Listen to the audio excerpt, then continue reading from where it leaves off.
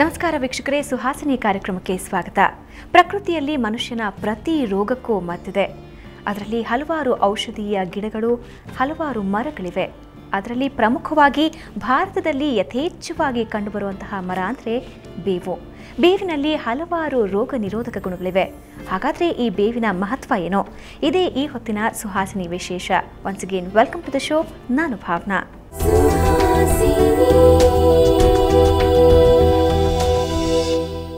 ಇದರ ಬಗ್ಗೆ ಮಾತಾಡೋದಕ್ಕೆ ವಿದ್ಯಾವಾಚಸ್ಪತಿ ಡಾಕ್ಟರ್ ಸಂತೋಷ್ ಗುರೂಜಿ ನಮ್ಮ ಜೊತೆ ಇದ್ದಾರೆ. ಗುರೂಜಿ, ಕಾರ್ಯಕ್ರಮಕ್ಕೆ ಸ್ವಾಗತ. ನಾವು ಬೇವನ್ನು ಕೇವಲ ವೈದ್ಯಕೀಯವಾಗಿ ಮಾತ್ರ ನೋಡೋದಿಲ್ಲ, ಆಧ್ಯಾತ್ಮಿಕವಾಗೂ ಅದಕ್ಕೆ ಇಂಪಾರ್ಟೆನ್ಸ್ ಇದೆ, ಹಾಗೆ ಧಾರ್ಮಿಕವಾಗೂ ಕೂಡ ಸಾಕಷ್ಟು ಮಹತ್ವ ಕೊಡ್ತೀವಿ. ಹಾಗಾದರೆ ಈ ಆಧ್ಯಾತ್ಮಿಕವಾಗಿ ನಾವು ಗಮನಿಸೋದಾದರೆ ಇದರ ಮಹತ್ವ ಏನು? ಈ ದೇಶ ನಿಸರ್ಗವನ್ನೇ ಪೂಜಿಸ್ಕೊಂಡು ಬಂದಿರತಕ್ಕಂಥದ್ದು. ಅದರೊಳಗೂ ಯಾವ್ಯಾವ ಮರಗಳಿಗೆ ಏನೇನು ವಿಶೇಷತೆ ಇದೆ ಅಂತ ಮನಗಂಡು ಅದಕ್ಕೆ ಆದಂಥ ಸ್ಥಾನಮಾನಗಳನ್ನು ಕೊಟ್ಟಿರ್ತಕ್ಕಂಥ ಒಂದು ಧರ್ಮಭೂಮಿ ಇದೆ ಭಾರತ. ಅದರೊಳಗೆ ವಿಶೇಷ ಅಂತಂದರೆ ಇಲ್ಲೊಂದು ಆಶ್ಚರ್ಯ ಆಗ್ತಕ್ಕಂಥದ್ದು, ಮೂಲತಃ ಬರ್ಮಾದಿಂದ ಬಂದಿರತಕ್ಕಂಥದ್ದು ಮರ ಈ ಬೇವು ಅಂತ ಹೇಳ್ತಾರೆ. ಬಹಳ ಪ್ರಾಚೀನವಾಗಿ ಬಂದಿರತಕ್ಕಂಥದ್ದು. ಬರ್ಮ ದೇಶವೇ ಇದರ ತವರೂರು ಅಂತ ಕರಿತಕ್ಕಂಥದ್ದು. ಆದರೆ ಅದಕ್ಕೆ ಹೆಸರನ್ನು ಪಡೆದದ್ದು ಮತ್ತು ಅದಕ್ಕೊಂದು ಸ್ಥಾನಮಾನ ಗೊತ್ತಾಗಿದ್ದು ಭಾರತದಲ್ಲಿ. ಭಾರತೀಯರ ಒಂದು ಶ್ರೇಷ್ಠತೆ ಆಗಿತ್ತು.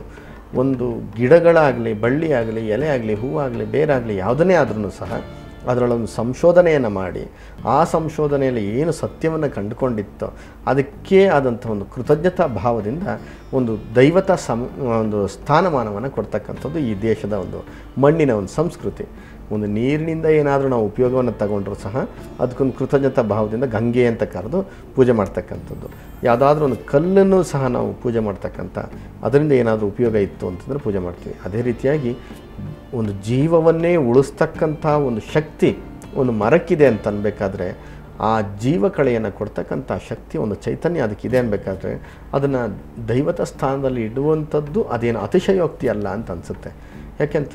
ಯಾಕಂತಂದರೆ ದೇವರ ಹೆಸರಿನಲ್ಲಿ ದೇವರಿಗೆ ಪ್ರಿಯವಾಗಿರ್ತಕ್ಕಂಥ ಕೆಲವೊಂದು ಪತ್ರಗಳು, ಕೆಲವೊಂದು ಪುಷ್ಪಗಳು, ಕೆಲವೊಂದು ವೃಕ್ಷಗಳು ಅಂತ ಅನ್ನುವಾಗ ಈ ಬೇವನ್ನು ಸಹ ಆ ಸಾಲಿನಲ್ಲಿ ಇಡ್ತೀವಿ. ಆದರೆ ಯಾವ ದೇವರು ಇದರೊಳಗೆ ಉಳಿಯತಕ್ಕಂಥವನು ಬಹಳ ವಿಶೇಷ. ಯಾಕೆಂತಂದರೆ ಕಹಿಯಾಗಿರ್ತಕ್ಕಂಥ, ಕಹಿ ಅಂತಂದರೆ ಬೇವಿನಿಗಿಂತಲೂ ಮಿಗಿಲಾಗಿರ್ತಕ್ಕಂಥ ಇನ್ನೇನು ಕಹಿ ಇದೆ ಅಂತ ಅನಿಸುತ್ತೆ. ಅದನ್ನು ಬಾಯಿಗೆ ಹಾಕಿದರೆ ಅಷ್ಟು ಒಂದು ಸಾರಿ ಎಲ್ಲನೇ ದೂರ ಇಟ್ಬಿಡೋಣ ಅನ್ನೋ ಮಟ್ಟಕ್ಕಾಗತ್ತೆ. ಸಾಮಾನ್ಯವಾಗಿ ಇರ್ತಕ್ಕಂಥ ಗಾದೆ ಒಂದಿದೆ, ಅದರಕ್ಕೆ ಕಹಿ ಆದರೆ ಉದರಕ್ಕೆ ಸಿಹಿ ಅಂತ. ಅದರಕ್ಕೆ ಸಿಹಿ ಆದರೆ ಉದರಕ್ಕೆ ಕಹಿ ಅಂತ. ಅಂದರೆ ಯಾವುದು ನಾಲಿಗೆಗೆ ಇಷ್ಟವಾಗಿ ಸಿಹಿ ಅಂತ ಭಾಳ ತಿಂತೀವೋ ಅದು ಹೊಟ್ಟೆಗೆ ಕೆಟ್ಟದಾಗಿ ಆ ರೋಗವನ್ನು ತರುತ್ತೆ. ಯಾವುದು ನಾಲಿಗೆಗೆ ಅಥವಾ ತುಟಿಗೆ ಕಹಿಯಾಗಿರ್ತಕ್ಕಂಥದ್ದು ಇರುತ್ತೋ ಅದು ಔಷಧವಾಗಿ ಜೀವವನ್ನು ಕೊಡುತ್ತೆ ಅಂತ. ಅದೇ ಸಾಲಿನಲ್ಲಿ ಬರ್ತಕ್ಕಂಥದ್ದು ಈ ಬೇವು ಸಹ. ಬೇವು ಕಹಿ ಅಂತ ಅನಿಸಿದ್ರು ಔಷಧಗಳಲ್ಲೇ ಒಂದು ದೊಡ್ಡ ಸ್ಥಾನಮಾನವನ್ನು ಗಳಿಸಿರ್ತಕ್ಕಂಥ ಒಂದು ವೃಕ್ಷ. ಅದೇ ರೀತಿಯಾಗಿ ನೀವು ಹೇಳಿದಾಗೆ ಆಧ್ಯಾತ್ಮಿಕವಾಗಿ ನಾವು ನೋಡಿದಾಗ ಯಾವ ದೇವರು ಇದಕ್ಕೆ ಬಹಳ ಹತ್ತಿರವಾಗಿರ್ತಕ್ಕಂಥದ್ದು ಅಂದರೆ ಶಕ್ತಿ ದೇವತೆ. ದೇವಿಗೆ ಹತ್ತಿರವಾಗಿರ್ತಕ್ಕಂಥ ಒಂದು ವೃಕ್ಷ, ದೇವಿಯ ಸಾನ್ನಿಧ್ಯವೇ ಈ ವೃಕ್ಷದಲ್ಲಿ ಆಗುತ್ತೆ ಅನ್ನುವಂಥ ನಂಬಿಕೆ ಇರತಕ್ಕಂಥ ವೃಕ್ಷ. ಅದರೊಳಗೂ ಯಾವುದೇ ಭೂತ, ಪ್ರೇತ, ಪಿಶಾಚಿಗಳು ಸಹ ಈ ವೃಕ್ಷದಲ್ಲಿ ಹತ್ತಿರ ಬರಲಿಕ್ಕಿಲ್ಲ ಅನ್ನುವಂಥ ಭಾವನೆಯಿಂದ ಹೊಂದಿರತಕ್ಕಂಥ ವೃಕ್ಷ. ಅದೇ ಒಂದು ಯಕ್ಷ ಪ್ರಶ್ನೆ ಆಗಿಬಿಡುತ್ತೆ. ಅಂದರೆ ವೈದ್ಯಕೀಯವಾಗಿ ನಾವು ನೋಡಿದಾಗ ಅದರಲ್ಲಿ ಸಾಕಷ್ಟು ರೋಗ ನಿರೋಧಕ ಶಕ್ತಿಗಳಿವೆ, ಆದರೆ ಅದರಲ್ಲಿ ಭೂತ ಪ್ರೇತಗಳ ವಾಸ ಇರೋದಿಲ್ಲ. ಅಷ್ಟು ಶಕ್ತಿ ಇದೆ ಅಂತ ನಿಜವಾಗಿಯೂ ಅನ್ಸುತ್ತಾ ಬೇವಲ್ಲಿ? ಹೌದು. ಯಾಕೆಂತಂದರೆ ಇದು ಹಿಂದಿನಿಂದ ನಂಬ್ಕೊಂಡು ಬಂದಿರತಕ್ಕಂಥ ಒಂದು ಪ್ರತೀತಿ.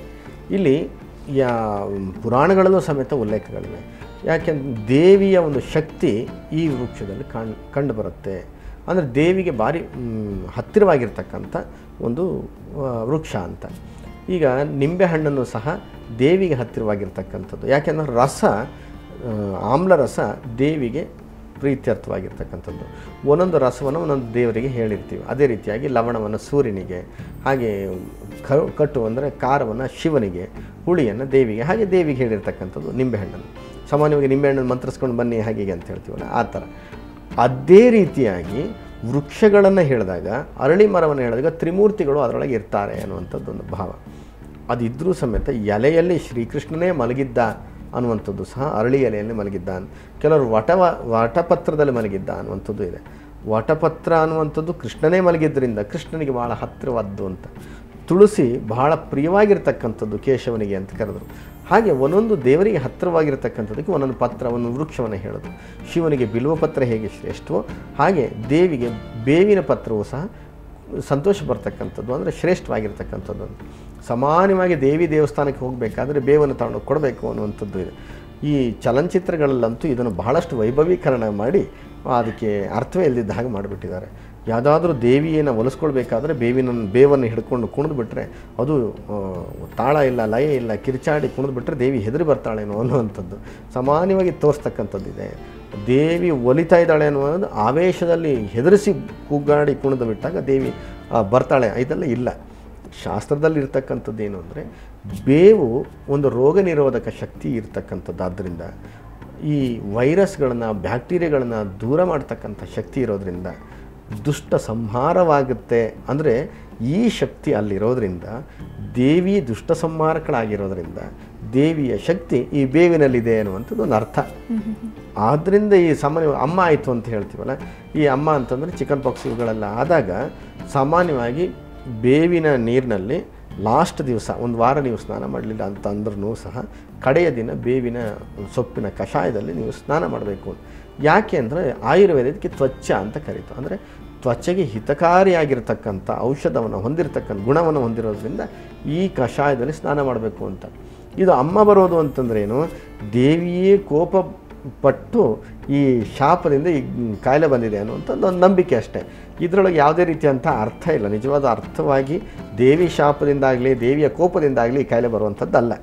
ಆದರೆ ಈ ಚರ್ಮ ವ್ಯಾಧಿಗಳು ಬಂದಾಗ ಈ ಹಾಸಿಗೆ ಮೇಲೆಲ್ಲ ಇದರ ಎಲೆಯನ್ನು ಹಾಕಿಡ್ತಕ್ಕಂಥದ್ದು ನಾವು ನೋಡ್ತೀವಿ, ಅಥವಾ ಬೇವಿನ ಎಲೆ ಮೇಲೆ ಮಲಗಿಸ್ತಕ್ಕಂಥದ್ದಿದೆ. ಯಾಕೆ ಅಂತಂದರೆ ಇನ್ಫೆಕ್ಷನ್ ಆಗಬಾರ್ದು ಅಂತ. ಅಷ್ಟು ಗುಣ ಈ ಎಲೆಗಳಲ್ಲಿದೆ.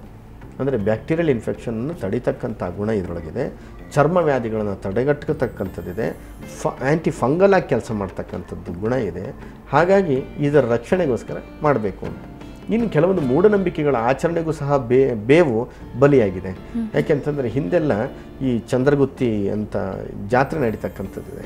ರೇಣುಕಮ್ಮನ ಜಾತ್ರೆನೆಲ್ಲ ಸಮೇತ ದೇವದಾಸಿಯರಿಗೂ ಕೆಲವೊಂದು ಕ್ಷೇತ್ರಗಳಲ್ಲಿ ಈ ಕಂಪ್ಲೀಟಾಗಿ ಅಂದರೆ ಬೆತ್ತಲೆ ಸೇವೆಯನ್ನು ನಡೆಸಬೇಕಿತ್ತು. ಆ ಬೆತ್ತಲೆ ಸೇವೆಗೆ ಏನು ಗೊತ್ತುಂಟ, ಕೆಲವೊಂದು ಮರ್ಮಸ್ಥಾನಗಳಿಗೆ ಈ ಎಲೆಗಳನ್ನು ಕಟ್ಕೊಂಡು ಹೋಗ್ತಕ್ಕಂಥದ್ದು ಇತ್ತು ಅನ್ನುವಂಥದ್ದು ಒಂದು ಮೂಢನಂಬಿಕೆ. ಎಲ್ಲೂ ಸಹ ಧರ್ಮಶಾಸ್ತ್ರ ಇದನ್ನು ಒಪ್ಪೋದಿಲ್ಲ. ದೇವಿಗೆ ಈ ಸೊಪ್ಪನ್ನು ಕಟ್ಕೊಂಡು ಹೋಗಿ ನೀವು ಬೇಡ್ಕೊಂಡ ತಕ್ಷಣ ಆಕೆ ಒಲಿತಾಳೆ ಅನ್ನುವಂಥದ್ದು ಸಂಪೂರ್ಣವಾದ ಮೂಢನಂಬಿಕೆ. ಆದ್ದರಿಂದ ಮೂಢನಂಬಿಕೆಗಳಿಗೂ ಸಹ ಬೇವು ಕಾರಣವಾಯಿತು. ಕೆಲವೊಂದು ಸಂದರ್ಭದಲ್ಲಿ ಇದು ಸಾಕ್ಷಿ ಆಯಿತು. ಇನ್ನಷ್ಟು ಮಾಹಿತಿ ನಿಮ್ಮಿಂದ ಪಡಿತೀನಿ. ವೀಕ್ಷಕರೇ, ಆಧ್ಯಾತ್ಮಿಕವಾಗಿ ಬೇವಿನ ಮಹತ್ವ ಏನು ಅಂತ ತಿಳ್ಕೊಂಡ್ವಿ. ಹಾಗೆ ಧಾರ್ಮಿಕವಾಗಿ ಇದರ ಹಿನ್ನೆಲೆ ಏನೋ ಅದ್ರ ಬಗ್ಗೆ ತಿಳ್ಕೊಳ್ಳೋಣ. ಅದಕ್ಕೂ ಮುಂಚೆ ಒಂದು ಚಿಕ್ಕ